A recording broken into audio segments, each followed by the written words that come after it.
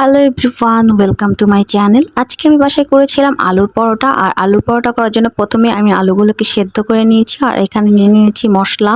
আলুর পরোটা করার জন্য আমি এখানে নিয়ে নিয়েছি পেঁয়াজ বেরেস্তা, ধনিয়া গুঁড়া, কাঁচামরিচ কুচি, চিলি ফ্লেক্স আর সাথে একটু জিরে গুঁড়ো, লবণ। এখানে আমি মরিচের গুঁড়োটা অ্যাড করিনি, আপনারা চাইলে মরিচের গুঁড়োটা অ্যাড করতে পারেন, যার যার প্রয়োজন মতো ঝাল দিয়ে নিতে পারেন। এরপরে আমি এখানে অ্যাড করে দিব একটু লবণ আর সাথে একটু রেগুলার তেল। পরে আলুর সাথে আমি আটা অ্যাড করে দিব। আমার বাসায় ময়দা ছিল না, তাই আপনারা চাইলে এটা ময়দা দিয়েও করতে পারেন।